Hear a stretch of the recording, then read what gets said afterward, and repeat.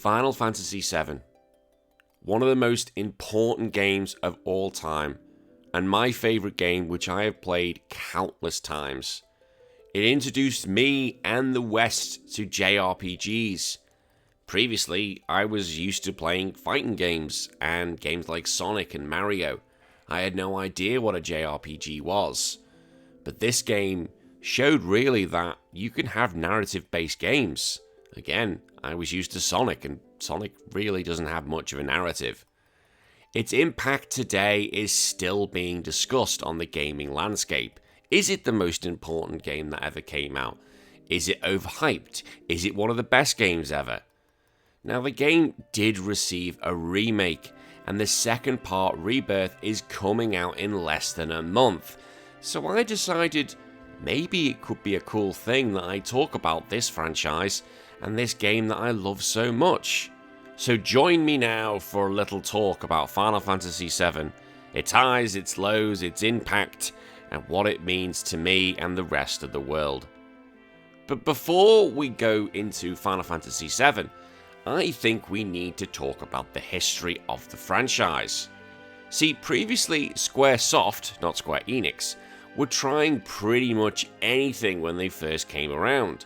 They were throwing so much at the wall, they were like, what is going to work? We need a game that's going to work.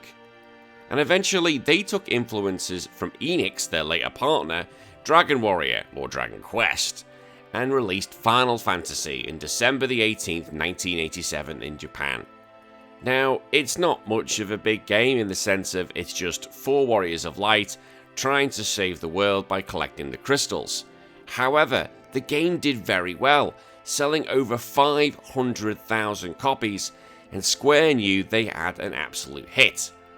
But despite the success this game actually had, it received very little appetite from the West at the time, and it was very comparable to Dragon Quest.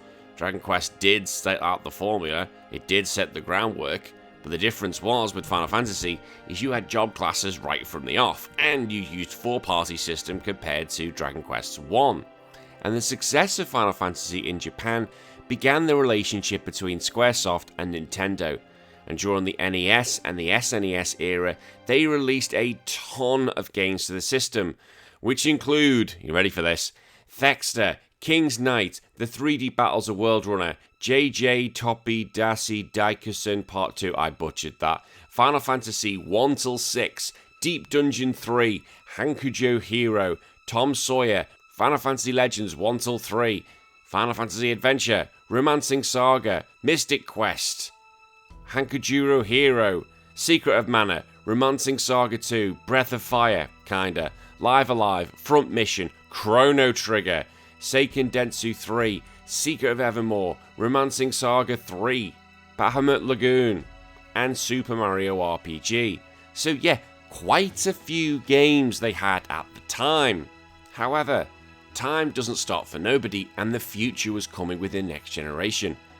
Sony and Nintendo were due to make the next generation console. However, Nintendo found out that Sony would have made all the profits from the deal and decided, screw you, we're going to Philips. And yeah, that didn't go on very well.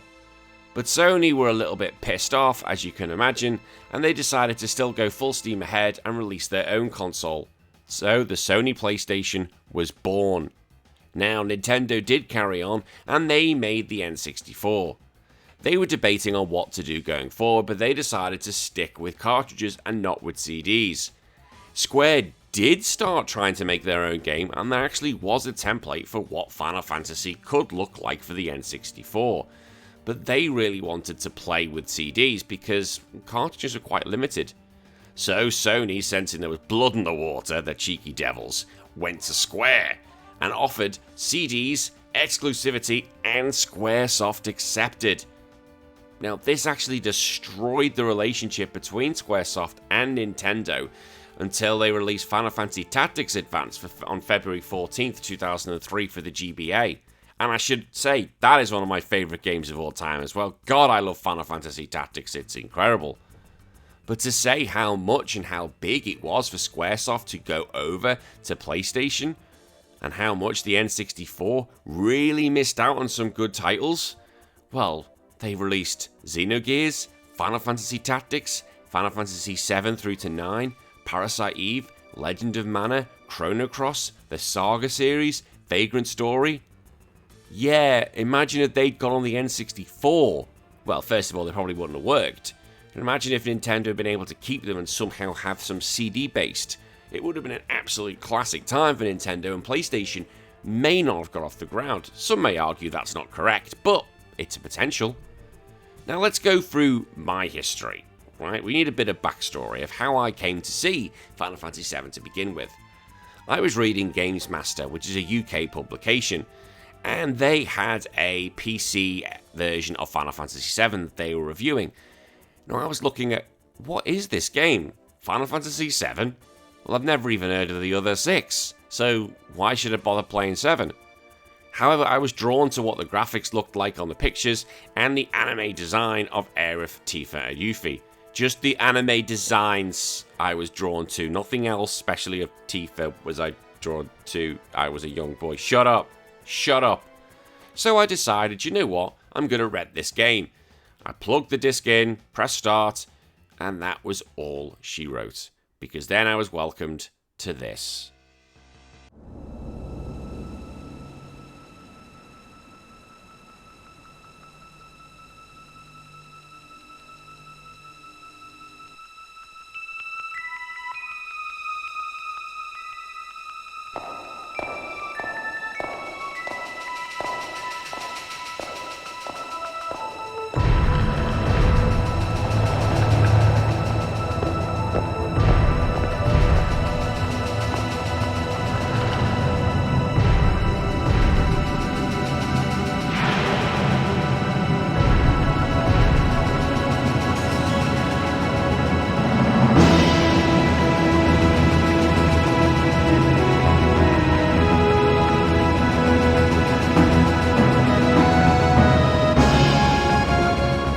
I played through the game during my rental period, and I actually got stuck in Midgar as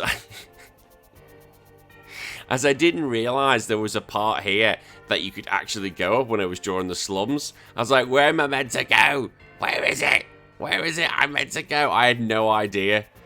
But my time with the game had run out, and I had to give it back. So I moaned and moaned and moaned and cried and cried and cried, and my mum bought me my first ever copy of Final Fantasy VII, and I still have that today. I say first ever copy because somebody later took a pen to disc 1 and ruined it, so I had to get a second copy. Yes, I'm not that bougie, I just buy several copies of the same game. So that's my history, but what about the general history? Well, when Square released the game, it came in 3 discs, which was an absolute shock to everybody. Discs? Multiple discs? What's going on? We've not seen that before in any sort of home console game. We've got no idea how this works.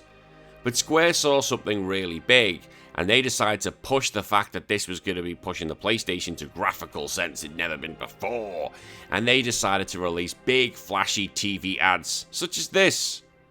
Beyond the edge of reality lies a story of ultimate conquest, a story of war and friendship, a story of a love that can never be, and a hatred that always was. And now, the most anticipated epic adventure of the year will never come to a theater near you. Final Fantasy VII. PlayStation.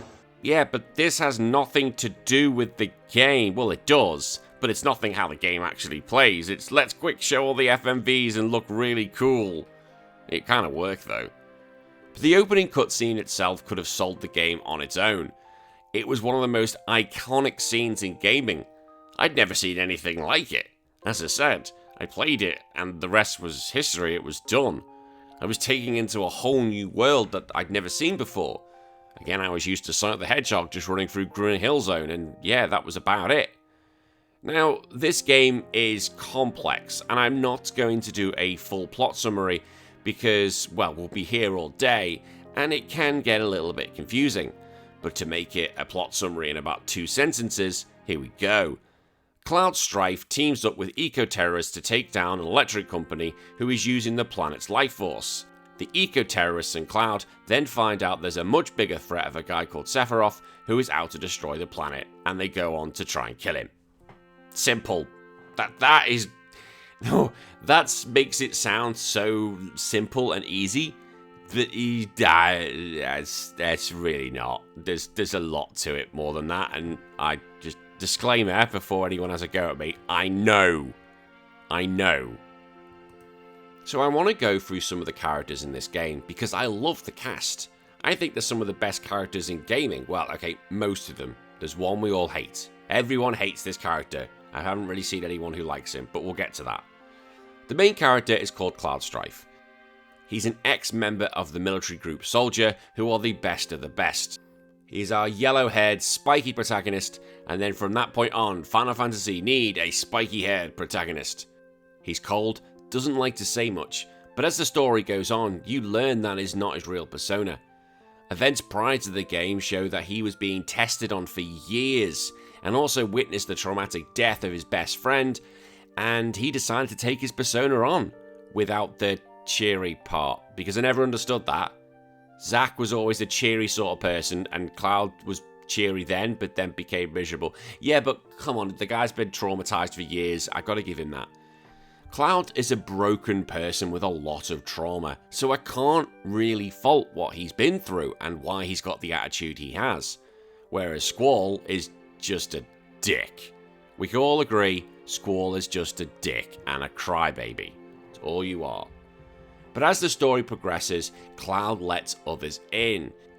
He starts to realize the importance of having friends and what they can do to his life. Now, Cloud's psyche is under question throughout the story. He constantly questions what is real and what is not, what memories actually happened, what didn't occur, what did occur, because he's so confused. He is one of, if not the strongest fighter in the game, and he's able to go toe-to-toe with the game's main villain, Sephiroth. His weapon is the Buster Sword. It's an iconic weapon, although you find out it's not his. As the story progresses and then future episodes of the game show, it's been other people's first.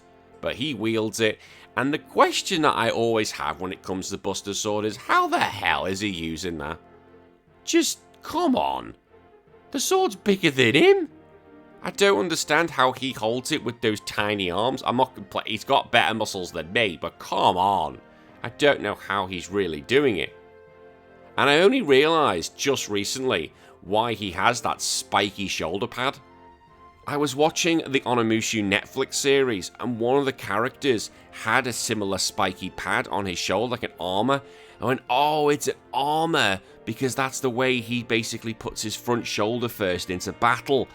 Oh, very clever. I see how it works. Yes, I know people could come at me in the comments and say, well, that was fucking obvious. I know that, but come on, give me a chance. And the annoying thing is in this game, everybody seems to fancy him. Like, everyone and his dog thinks Cloud's this beautiful character they must get with. Come on, he's a miserable git. I know he's been through trauma, but he's still miserable. The next character we're introduced to is Barrett Wallace, the leader of the eco-terrorists Avalanche. He's fighting the electric company Shinra to save the planet because they're taking away all the Lifestream, which is essentially the energy of the planet. He has a gruff exterior and he's very harsh on outsiders who he doesn't trust. But inside, he is a really warm person, and it's shown he will do absolutely anything for everyone. He lived in a mining town and lost everything due to a Shinra attack, including his arm. After the incident, he moved to the slums with his friend's daughter Marlene. Now, it should be noted, Barrett is absolutely huge. His original design is ridiculous. He has muscles on his arms bigger than my head, and he has a ridiculous shoe size. I have no idea how big that shoe size is, but you know what they say about a man with big shoes? That's right, big socks. Also, he decided to put a gun on his arm rather than a prosthetic hand. No, he put a gun on his missing hand. Now, how does that work? Do you put bullets in there? I have no idea. My concern is how he doesn't accidentally shoot Marlene when he's putting her to bed. Night, night, sweetie. I love you. Give daddy a... Oh. We need another child. I did it again. We're 6-1 now. Next up is Tifa Lockhart. She is the childhood friend of Cloud. She's technically a monk class due to the fact that she just beats up everyone on the field, but that's something we'll get into later. She's very popular within the Final Fantasy universe and in video gaming due to having 2 very large fists. I don't know if she's got large fists. She's just got 2 fists. Shut up. Shut up. Her limit breaks include a range of fighting techniques which are absolutely incredible, as it's just beautiful to see them all happen. Now, in story-wise, she knows more about Cloud's past than she's letting on, but she stays silent throughout because she's kind of just as confused as everybody else, just as we are, just as Cloud is, and I think she's a bit worried of destroying his psyche. She remains one of my favourite characters in the game, and I love the fact I got to play with it in the Final Fantasy VII Remake. Then we have Aerith Gainsborough, or Ares Gainsborough. I don't know, you call her however you want. She's revealed to be the last surviving member of the Cetra race, a race of people who are believed to be able to communicate with the planet and potentially take all human life to the Promised Land. And that's exactly why the Shinra Company want her, because they think the Promised Land has loads of Lifestream, which means money. You actually see Aerith at the start of the game, as she is the face and the flower girl when the trailer begins. She seems like kinda ditzy, but she isn't. She's just a kind, warm-hearted person, but she is extremely street smart, having lived there most of her life. However, I just hate her. I don't know why. I always have hated her. Like, maybe it's because I love white knighting Tifa for Cloud, and I'm always like, oi, you. Keep out of that relation. It's nothing to do with you. You keep out of that. But I can recognise she is one of the most important characters to the plot. Without her connection, the plot really doesn't drive forward. Now, due to events later on in the game, which we will discuss, she is one of the most iconic gaming characters in history. I'll fight anyone for that. She really is. She herself is a healer class, where she doesn't have a lot of really physical attack, but she has good magic use, and she's able to heal the party or just use magic at anyone as you want. Next up is Red 13. Yes, everybody's favourite dog. He was first introduced as a science experiment by Hojo, who wanted Aerith and Red to breed. The fuck is wrong with you, Hojo? Like, what do you think was going to happen in that scenario? Like, I know Red's playing it up, but what happens if something happened? Ugh. Like, they're not going to... Just no internet, no. Ugh. But it turned out his initial aggression towards Aerith was a trick, as he can actually talk. Yes, he's a talking dog. He is part of a warrior race, and he ages extremely slowly compared to humans. You learn about his hatred for his father Seto, which then becomes admiration due to a section you do in Cosmic Canyon, which is a beautiful section, might I add. Also, it should be noted, come the end of the game, several hundred years later, he is still alive where everyone else has probably died. Now, here's the controversial character which a lot of people don't like. Cait Sith. He's a robotic cat riding a huge mog. And for years, I thought they were both called Cait Sith. I had no idea. He was introduced to the group as a fortune teller who kind of pushes himself on the group. Yeah, it's kind of weird. You later learn he's just a robot that's being controlled by a character called Reeve, who's part of the Shinra Company, has become disillusioned by what Shinra are trying to do and plans to stop it from the inside. Everybody hates Cait Sith. They just do. His limit break is crap. It could potentially kill the party. The fact that he's just genuinely annoying. Ugh, he's the worst. Interestingly enough, last year, a debate started about how you pronounce Cait Sith's name. The cat Cait Sith resembles a cat from Celtic folklore called Kite Sheath. And when you look at it, it pretty much does. It was found out when it actually came over to the West. Everyone just started pronouncing it Cait Sith rather than Kite Sheath. And we just went, nah, that'll do. And Square just kind of rolled with it. And Cait Sith, it continues. Whether that's going to change for Final Fantasy VII Rebirth, we don't know. But I imagine it's probably going to stay as Cait Sith. Next up, Cid Highwind. The ever-present and the best Cid in all the franchise. He's a Dragoon class who dreams of going to space. The depressing thing is, though, not the fact that he didn't go to space, he's only 32 years old. That's set terrifying. Because I'm 37. He looks older than me. Although he does make smoking look cool. Please nobody start smoking, but damn. He does, he makes it look cool. Now Sid dreams of going into space, but they were crushed due to his friend, wife. What is she to him? I have no idea. And due to the mission's failure, he became extremely bitter towards everyone and everything around him. You later find out that the concerns his wife, friend had for the ship were actually justified and ended up saving his life on the day, and he kind of does a 180 in his personality. He's one of my main characters in the game and always has been. Now, you can complete the game with these 7 characters, but there were 2 optional characters should you wish to go forward. They were actually cut from the game, but they were liked so much that they were brought back as optional characters, and I'm so glad they did. However, when it comes to the Final Fantasy Remake series, yes, they're just bog standard, so don't you worry, you ain't gonna have to be trolling to try and find them in secret places. First up is Yuffie Kizaragi. She's a female Kunoichi who's on the hunt for Materia. Now you find out she's on the hunt for Materia because she wants to restore Wutai, her hometown, to its former glory after the war against the Shinra. When you first find her, you actually come across her in bushes. Makes it sound like she's a peeping Tom, but no, that's where she's hiding from. And you encounter her as an actual battle. After you beat her, it then goes to a subsection where you have to input the correct things. Have the idea that you can't take your eyes off her for any moment, because if you do, she'll actually end up running away and you lose the chance at that point and you have to try and regain her again. I love her character as she's sassy, got loads of energy, but really deep down she just cares about her homeland. There's a subplot later on in the game which you'd miss, you can completely miss it altogether, but it really shows the pride she has in her city, but he has a go at her dad for allowing Wutai just to become a tourist attraction and wanted to become a military powerhouse it once was. She's one of my favourite characters in the game, and the subplot is one of my favourite parts of the game. I also love her design, and she's one of my main 3 characters along with Sid and Cloud, with Tifa being the backup. The final character we have is Vincent Valentine. Let's get it out there straight away, he ain't a vampire, although he does sleep in a coffin, but yeah, you do you.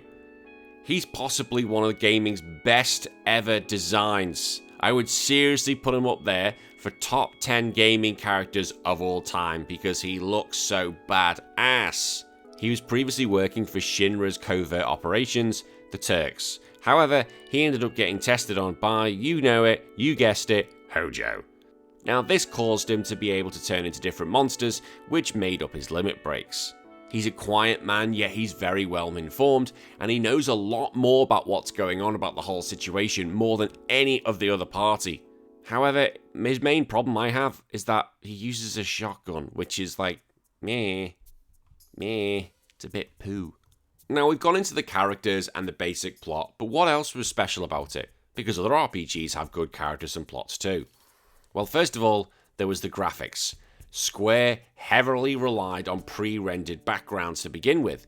Now what a pre-rendered background is, it's where you have a high quality 2D picture and then you put a 3D character on top of it. Using pre-rendered backgrounds mean you don't have to make everything 3D and it saves up a lot of disk space. For example, this is what Final Fantasy VII looks like with a pre-rendered background with a 3D model on top.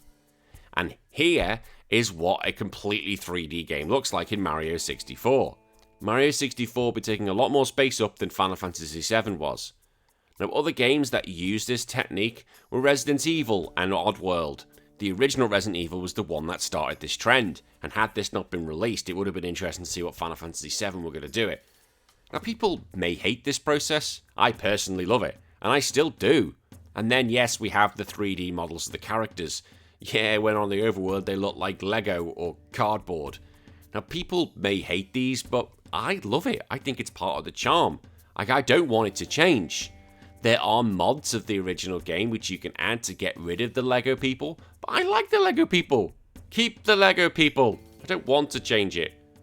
I also love the artwork of all the game, especially their manga versions. At the time, I was really big into that sort of animation because my cousin had just got me into anime. So seeing this style of artwork for a video game, I was absolutely enthralled and thought, yeah, this is cool, this is like the animes I've been watching, I want to play this game. Previously in the Final Fantasy series, the game relies on a battle system where you and your opponent take turns about beating each other up.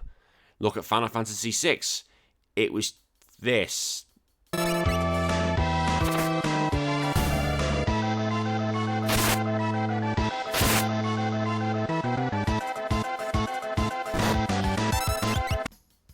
Yeah, they're just standing on each side of the room and just barely move. However, when it came to Final Fantasy VII, they tried to change this up. The characters went from their Lego cardboard look to now fully fledged 3D models of themselves. When the battle began, the characters went from that Lego look to an actual full 3D version of themselves, and it looks absolutely beautiful. Now, the characters do stand there during turns, but when they go to attack, they actually go at each other. But also being in full 3D, it meant you could have 360-degree camera angles, which included close-ups when they did their running to attack. It felt like an actual movie. I was like, wow, this looks absolutely gorgeous. And that's exactly what they were going for.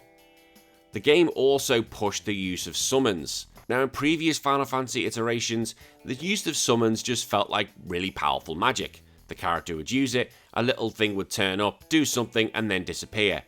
However, Final Fantasy VII decided to make them really feel like special beings. To show what I mean, here's an example of a summon in the earlier Final Fantasy games.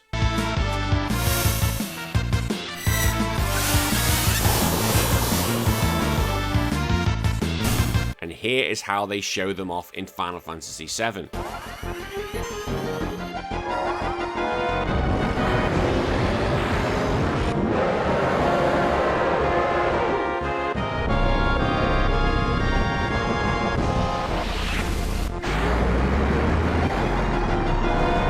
Unfortunately, these cutscenes were not skippable, which is a bit of a pain in the arse. Well, it wasn't to begin with, because they were relatively short. But eventually, when you get to the Knights of the Round Table, go get yourself a cup of tea or go for a poo, because you're going to be waiting for a while. The summoning process then became a staple for the Final Fantasy series, and every time there was a new game, people were excited to see, wow, what's this summon going to look like? I'm not going to lie, it was my highlight of the year to summon Aerith for the first time. I was like, wow, how cool is he going to look this time? And in later games, they just got better and better and better. Like, look at Final Fantasy XVI. It's the main point of the bloody story is the summons, but my god, do they look beautiful. And this leads to the FMVs. Now, at the time, these were absolutely groundbreaking.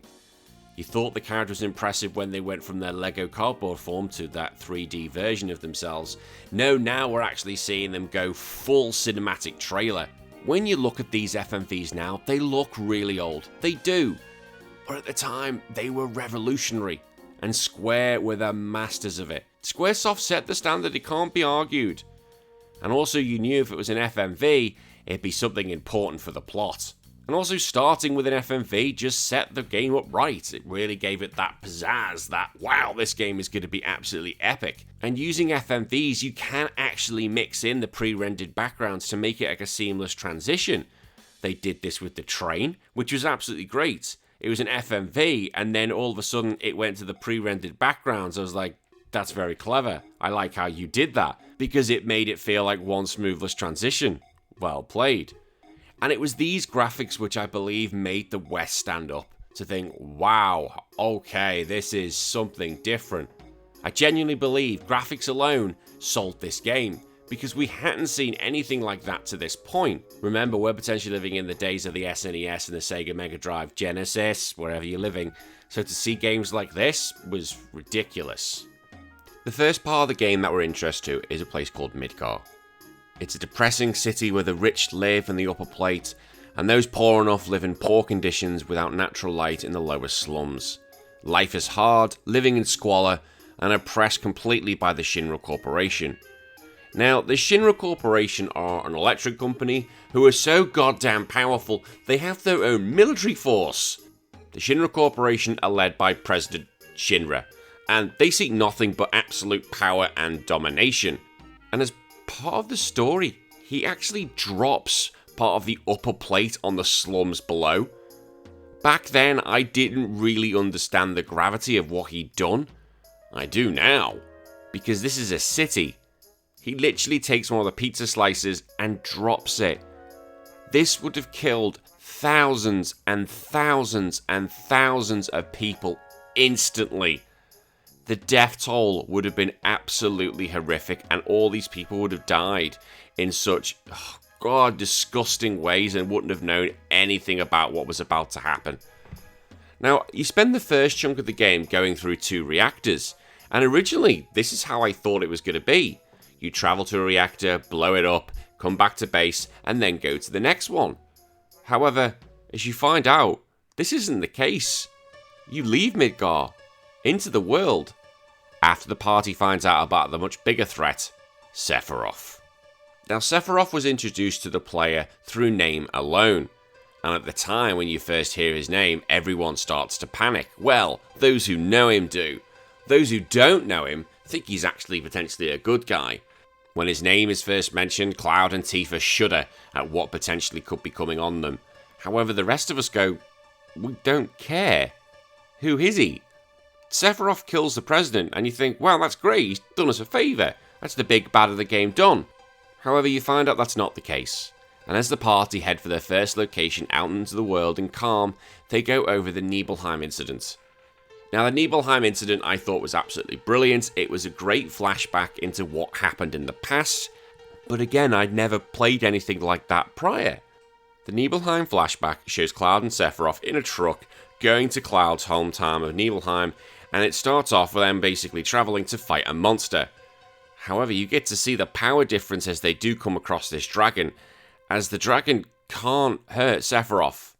It hurts him with fire, does absolutely nothing, whereas Cloud get killed absolutely instantly. You then get to see the absolute power that you do, which is nothing, so your absolute power is nothing. But then when Sephiroth takes a swipe, it's like 30 times greater than you can do. He's armed with some of the best materia in the game, and it really shows, wow, this thing is a freak. Sephiroth begins his descent into madness, resulting in one of the most harrowing scenes in gaming.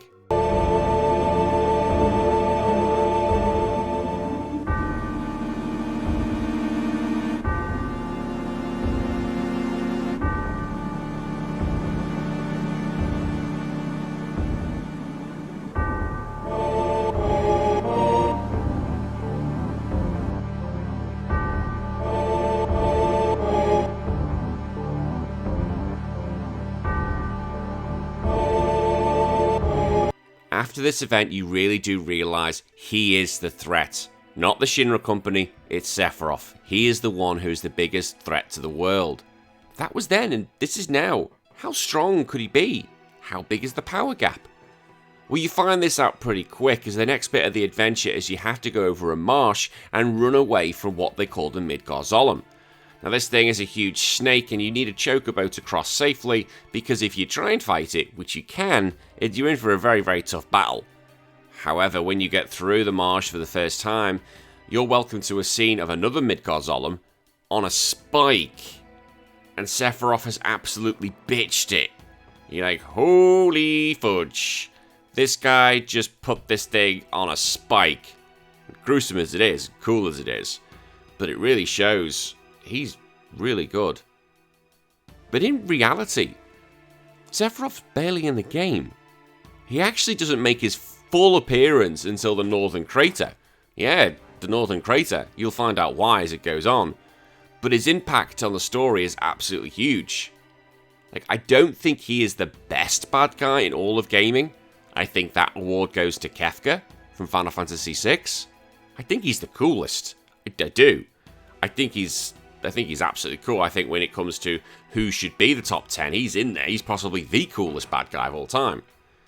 He would also probably do well with a psychologist, because I think really what Sephiroth's problem is, he's just got some identity issues and just needs someone to go, well, no, this is it. This is how the world works. This is why your mother of Genova isn't so much of a good person. There's something wrong with you.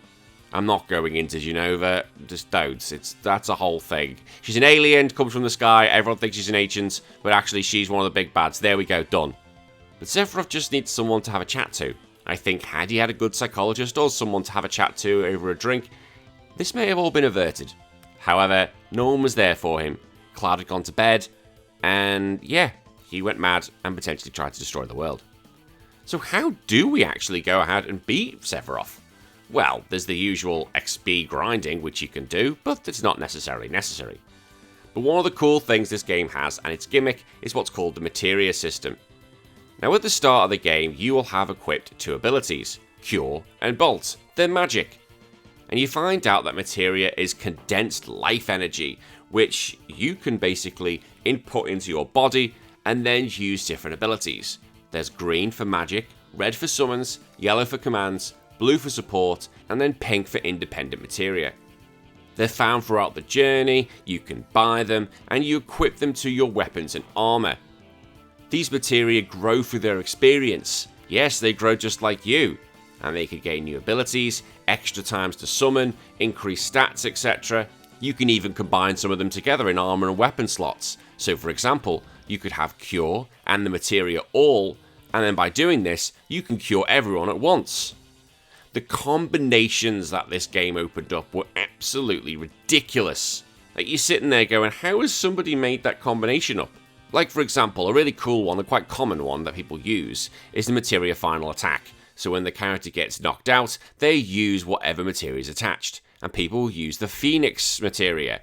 Now, the Phoenix summon basically revives your characters. So you're about to pass out. Oh, hang on, let me just use this summon. Boom! Some mad people are able to summon Knights of the Round 8 times just for you receiving a scratch. Like, literally, someone's just like giving Cloud a flick on the finger. He's like, Knights of the Round, everyone, 8 times! The combinations were absolutely endless, and I love seeing this crazy thing. I don't even know the developers thought it was going to be this successful, but it was awesome. I loved it. You could play around for hours with your materia and do whatever you want. You want to have someone just use magic all day? Fine. You want to have someone just have loads of independent materia, such as HP plus, agility plus, you could do what you want. And I earlier mentioned that whereas Tifa is seen as the monk class, you've got Aerith as the basically healer, you've got what's his name, Sid. Yeah, I'm putting the what's his name in, leave me alone. You've got Sid as the dragoon. Well, yeah, they are technically there as the staples, but you could essentially, with materia, make them whatever you want. I said Sid was the dragoon. Well, if you wanted him to be just the summoner, you can do that. If you want Cloud to be just the white mage, yeah, go ahead. How funny would that be? Let's everyone else go to battle for him. Yeah, I'll just sit at the back. It's fine.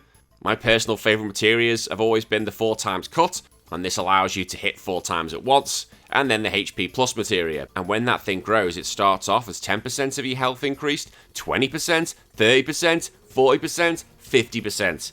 So you can get to that illustrious 9999 very quickly. Now, one other thing this game had was what was called limit breaks. In the bottom corner, you'll have a bar called limit. And once you receive enough damage, the bar goes rainbow, and you can use one big move to hurt your enemies. And the more times you use it, you get a part 2 to the move. Eventually, you start killing more enemies, you'll actually get level 2. Now, nearly all of them have level 4, but usually you have to find an item to be able to do that. Yuffie, for example, has to clear the Bedoga Tower, Cloud has to win enough points in the battle arena, Tifa, you have to play the piano in a home at Nibelheim. Yeah, there's all different ways of doing it. Limit breaks can change the battle for better, or for worse. I say for worse, because Kate Sith can kill the entire party in one, yes he can do that, and Vincent, because of his ability to change into monsters, mostly the elemental, and if you do it wrong, he can sit there and heal the enemy, which I did as a kid, because I was wondering why the Materia Keeper battle had been going on for 2 hours, not knowing that Vincent was healing him every single turn.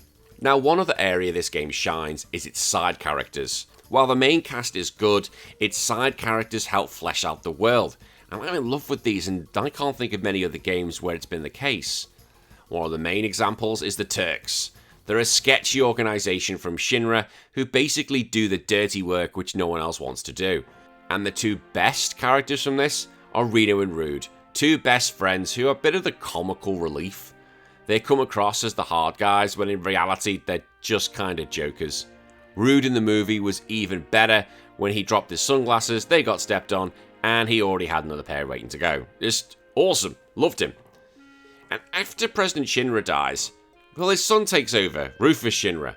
He's probably even more ruthless than his father. He wouldn't have just dropped one bit of the pizza, he probably would have dropped it all, just for fun. But god damn is he cool. And the main mysterious character is Zack Fair. Or is Cloud the other Zack? Oh, it's difficult to tell. But both him and Cloud were so badly abused by Hojo, and then Zack died. His persona went onto Cloud in order for Cloud to protect himself from the trauma. Yeah, that's how trauma works. Although he didn't get the happy side, because Zack is one of the happiest people you'll ever meet. And so was Cloud. So why don't you take that element? Although if he did, Cloud would have been doing squats for fun, all day, every day. I suppose you should talk about Hojo. He's a messed up scientist recruited by the Shinra company, and in reality, he's Sephiroth's dad. As I mentioned earlier, he tried to breed Aerith and Red 13 just for the shits. You frickin' madman. And when Sephiroth does go to Nibelheim, a lot of people kind of say, well, why did Shinra send him to Nibelheim, knowing that, had he seen what he did, which happened, he'd go absolutely mental? Well, apparently, you find out that Hojo sent him there. Why? Because he thought it'd be interesting to see what happens. Like, Jesus Christ. This guy is off his tits. And whilst I can get weirded out by him, I can't get weirded out by one of the greatest aspects of this game. The music. Written by Nobuo Uematsu, it is in my opinion one of the greatest gaming soundtracks of all time, and I'll fight anyone over that. I have the game's original soundtrack, and I listen to it constantly. The soundtrack is as cinematic as the gameplay, and standout tracks for me include the opening one, Those Who Fight, Aerith's theme, Tifa's theme, One Winged Angel, and Genova. The remake built on the original soundtrack, and I often use some of these as running tracks, especially Those Who Fight. Now, earlier I mentioned after you leave Midgar, you're faced with the world map. At the time, this blew my little mind as a kid, as I had no idea what was going on. As I said, I thought I was just doing reactor to reactor, and now all of a sudden I'm on a 3D plane and a world. What the fudge is going on? There were several locations across the map that you can go explore, and each place was so diverse, especially from the dark, gloomy place that you go to Midgar. Like when you first arrive in Calm, you're like, what? This place is beautiful and full of life. Full of life to begin with. But it was complete contrast to what you'd been to before. You go to places like Nibelheim, Cosmo Canyon, Wutai, and each of them have their own feel. Each place felt rich in its history, and that helped add to the story. There's even one place that has its own amusement park. Which is weird considering it's next to a really grim town that's been destroyed. But yeah, that's one of those things. You want to go on holiday? You can. Costa del Sol.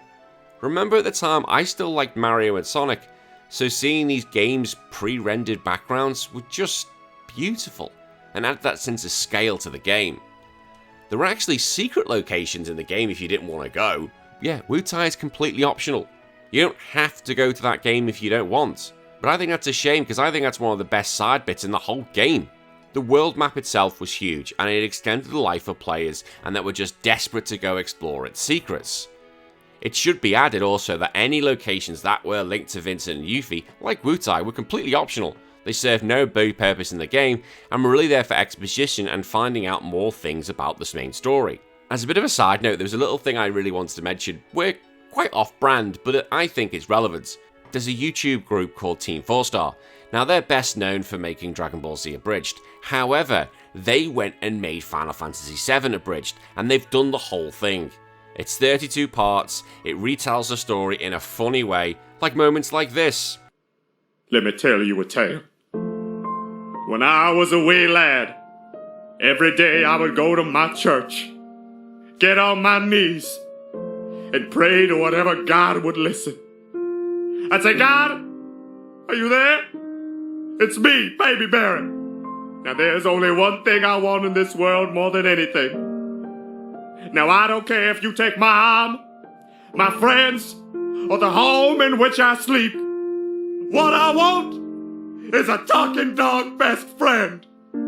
Now here I stand, armless, friendless, and homeless, but not talking dog best friendless. Oh my god, we're best friends? Anyway, Scout ahead, Red. Okay, Black. You get a pass. I really think if you have played Final Fantasy VII and want a different take on it, please go watch the Team 4-star. They're not paying me to do this. I wish to God, imagine if they were. They're not paying me to do this, but I just think it's for anyone who's played the game and knows it backwards. This is a really funny take on the game. And as we kind of calmed down and been able to, let's just chill a little bit, we should say that Final Fantasy VII has plenty of opportunities to have downtime. Remember we praised about Final Fantasy VIII because it has Triple Triad, which is one of the best minigames ever made? Well, Final Fantasy VII had an absolute fuck ton of different games you could play. You want me to go through this list? Well, here are all the minigames you had to play during this game. Button press timing, barrel pushing, squats, Tarzan swinging, military parade, free falling, arm wrestling, a crane game, rock paper scissors battle, telling time, snowboarding, not dying in the snow, a submarine game, ninja ring, a bike, we'll get into the bike, Command & Conquer, CPR, a military dance, chocobo racing, basketball, a mog house, laser shooting, digging for bones, ice hiking, running against wind, the gold saucer for God's sake, a dating sim, you're a carer, a one-on-one battle, football, animal, abuse, cross... I'm not going into that. No. Threatening people, catfishing, and acting. Yeah, there's a whole lot of them. And of those discussed, the bike is by far one of the best. This is when you're leaving their Shinra headquarters and you're wondering how you're going to escape. The party jump into a wrecked up wagon. You'd then get on a bike and play one of the best minigames ever. I have been hooked on that game. I love playing it in the remake, and the amount of times I spent in the gold saucer trying to hit more and more people, it was superb. You swing left, you swing right, you take out the people that are trying to take out your friends. It was absolutely genius. One thing I thought was quite genius was in the international versions of the game, they added in 2 super bosses, Emerald and Ruby Weapon. Emerald you found in the water as you get into the submarine, and you're like, oh no, what's that? What's that? And often he would try and scare you if you first dive into the water and you see it, you're like, oh god no, run now, get back up. Whereas Ruby was this wiggly thing you could see in the desert. You're like, oh, should I touch it? Do I touch it? And then when you do touch it, it's a bad idea. Because if you go in with a full party, well, Ruby Weapon decides to get rid of 2 of them straight from the off.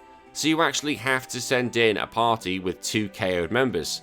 They're considered the ultimate challenge in the game. I've beaten them before, yes I have, and it's great fun. But I wonder if they'll be in the remakes going forward. And I mentioned the remakes. Now one thing Final Fantasy VII has done is milk this franchise. And milk it they have, because Final Fantasy VII has had so many spin-offs, because Square know they're in for a huge cash cow. And let's go through some of these sequels. Crisis Core on the PlayStation Portable. This focused on the mysterious Zack Fair and the events leading up to Final Fantasy VII. It was an action RPG and one of the best on the PSP. It also provided a history of the Buster Sword. You got to see that Zack was a lot different than the Moody Cloud, but it builds on Zack's relationship with Cloud, Aerith, Angeal, his mentor, and Sephiroth.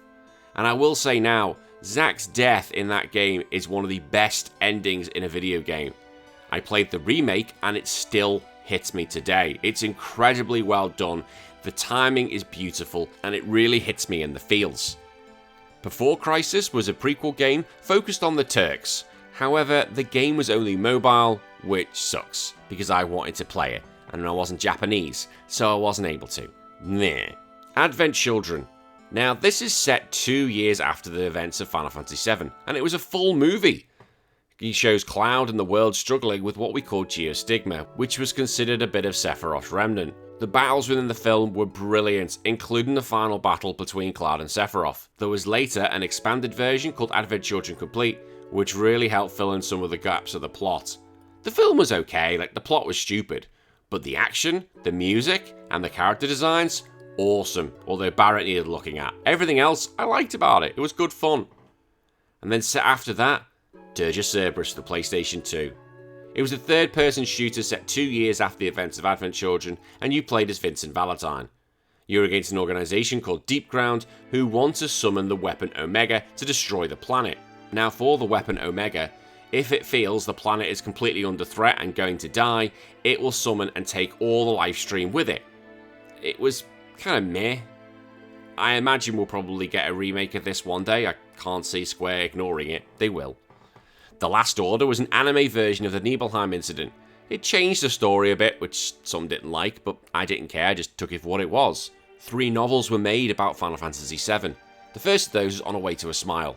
It serves as an epilogue between the game and the movie with a series of mini-stories about the characters. There was The Maiden Who Travels the Planet, which discusses, about someone's death and how they meet spirits of those in the past, including Zack. I'll go into that in a minute before everyone starts having a go at me. And finally, The Turks, The Kids Are Alright. It introduced a brand new character called Evan, who's set after the main game, and because of mistaken identity, gets him mixed up with the Turks. Of course it does. The remake also had its own book, Traces of Two Pasts, where Tifa and Aerith open up to each other about sharing stories of their past. I've not read any of these stories, which I think is a shame. I often don't have time to read, which I wish I did, but I know I should buy them all because I know I'd enjoy it. I've mentioned a few times about the Lifestream. Well, I should actually say, what is the Lifestream?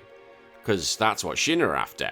What the Lifestream is, it's with all of us. And when we live, we have the Lifestream in us. But when we die, we return back to the planet and head back into the Lifestream.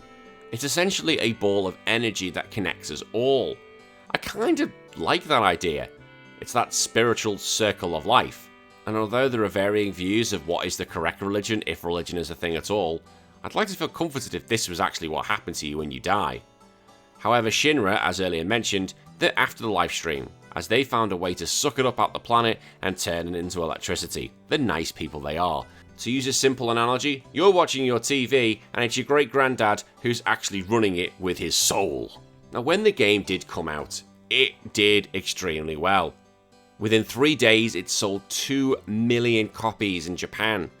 In the US it sold 500,000 copies in 3 weeks, and over the next few months 1 million.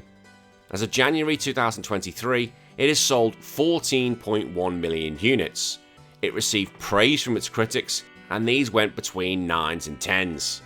However, it's truly the impact that this game had which is what we should be talking about. It opened up the West to JRPGs, and it began Square's dominance on the system. And when I say the world was open to JRPGs, well, I was desperate. I was 8 years old at the time, and I wanted to go back and play any of the old ones, and then saw Squaresoft as my favourite company. Now, so far, I've played every Final Fantasy, and the only one I haven't finished is 5 and 15. But by the time this comes out, I should have finished 5. Heck, Squaresoft was so confident, they decided not to call this Final Fantasy IV, and just went straight to Final Fantasy VII. So that confused a lot of people, because it's like, where's the other ones? And as of today, JRPGs are a staple on many gamers' shelves, especially mine. For me, they sit alongside fighting games as my favourite genre, and I have a lot of them to finish, I just don't tell the wife. They introduced me to narrative-based gaming, which I wasn't used to at the time. I used to spend hours arguing with my mum, who wanted me to read more, and I was like, well, I'm playing a JRPG. Mum, look at the amount of reading in this. And because of this, I've got to play series such as Fire Emblem, Pokemon, Dragon's Quest, the Ogre series. And for me, whenever Final Fantasy is being released, it becomes a big deal. Like, look at the current trend going around the latest Final Fantasy VII release. It's crazy, everyone is expecting that. Final Fantasy VII Rebirth won the most anticipated game at the Game Awards recently. Now, there is an argument to say, is this the best game ever made? Is it the best RPG ever made? But I do understand there are flaws, which I will ignore and fight anyone for it. Many point towards Final Fantasy VI or IX being greater products, and yeah, they're wrong. Oh, I can already hear some of you arguing now. The argument is going to continue long after we're all dead, but I want to know in the comments which one is your favourite Final Fantasy and why. Now, one of the most important aspects that happened in this game, and I should say now, for those who haven't played Final Fantasy VII, this is a huge spoiler, so you've been warned. This aspect, Aerith's death. This was absolutely massive for me. Now, I never liked her, I made that abundantly clear earlier on, but didn't want her to die. I'm not that horrible. I honestly thought when it happened, Cloud would save her, but nope, he just stood there. He stood there, got some popcorn, and let Sephiroth come down from the heavens and stab her right in the chest. Her death left a hole in my party, and for me, someone who is a bit OCD, I was like, what? What? No, I don't like this. There was nice 9, not as 8. I don't like it. Like, I'm not used to deaths in gaming. And I know, looking back now, it's not something that's new. Other Final Fantasy characters have died as well. But for me, again, playing Sonic and Mario, I wasn't used to this. And someone like Aerith? Potentially the love interest? Integral to the plot? What? And I still believe it's the most shocking, if not impactful, death in all of gaming. Her death scene was beautifully handled. The way that Sephiroth stabs her, the way the holy materia bounces into the water to signify her passing, and how Cloud takes her body and lays it to rest. Beautiful as it was. However, that's not necessarily a good thing. I discussed this on episode 100 of the podcast, where I thought about this. Yes, it's a nice thing that Cloud placed her body in the water. That's nice. You know, it looks very, beautiful. However, she gotta float. In a few days, she gotta float. So imagine them going back to that point. Oh, let's see, go back to Aerith's grave and there's just this body.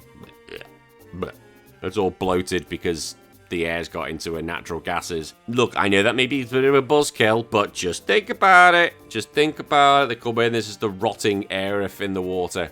Not nice. Not nice.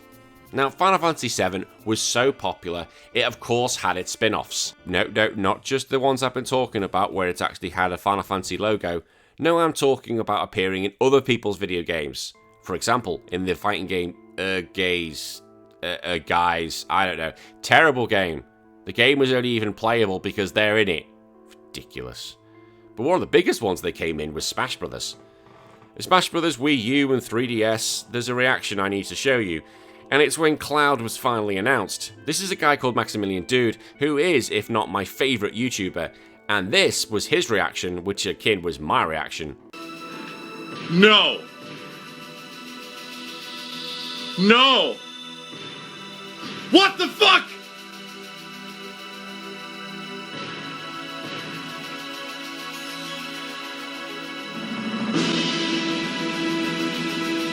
What the fuck?! Hang on! Chill the fuck out, Sakurai! Oh my god! No fucking way! No fucking way! Dude! Dude! How the shit is this real?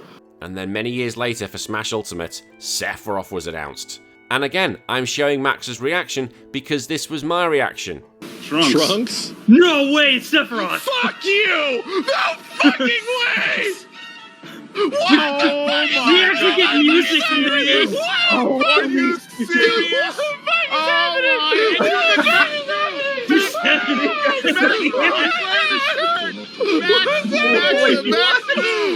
Max knew! He's wearing the shirt! He's wearing the shirt! Max is up! Oh my! The trailer for that was absolutely amazing because at what point you actually think he's killed Mario. Well, he doesn't, but it's still cool. I should also say, I called this years ago on a past video. Cloud himself has appeared in Final Fantasy Tactics as a playable character, but the problem is you get him too late into the game and he's bloody poo. I was really disappointed when I got him because I was like, he sucks. I want to use him more. There's also the Kingdom Hearts story. Kingdom Hearts was also a collaboration between Final Fantasy series and Disney, but Cloud and Sephiroth are dead center in this. And I should say, Cloud's design in that game is beautiful. And I always kept wondering, was it going to make an appearance in the main game? Now, as graphics started getting better and better, people wanted a remake. We were desperate for a remake. They were starting to become a thing now. In 2005, we received a tech demo of Cloud jumping off the train of what it would look like on a PlayStation 3, but people wanted more. Finally, in E3 2015, we got the reveal. And I was like this guy. Oh, this ain't real. It's gotta be like a movie or something. No. Don't.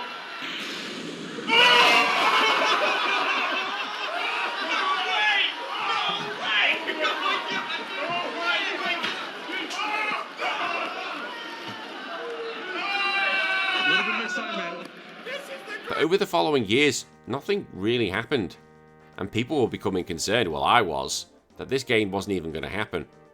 However, at the 10th of April 2020, it was finally released.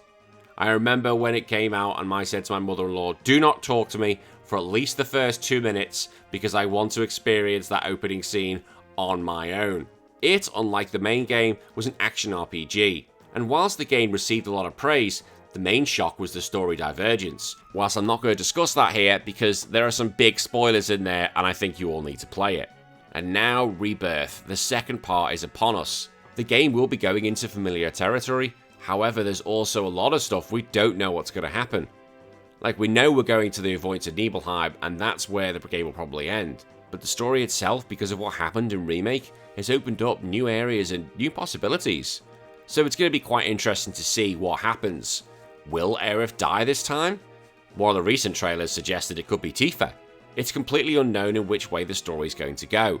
So probably I'm going to keep off social media for days and weeks until I finish the game, because I don't want people spoiling it. And if you're watching this after the release of Rebirth and you get the story beats, don't be a dick and put it in the comments. Just don't be a dick, because I'm going to be trying to hide away as much as I can like a badger until I've actually played it, because I don't want to have it spoiled.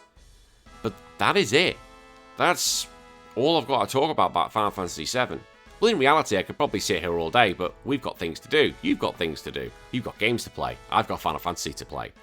I really hope that you enjoyed my take on the Final Fantasy VII series, and thank you for allowing me to express how much I love it. If you do like this, please subscribe and like for more content, and I'll be trying to do more essays in the future. Or you can join me at Retro Wars Podcast, where each week me and a friend will talk about the video games we used to play back when we were kids.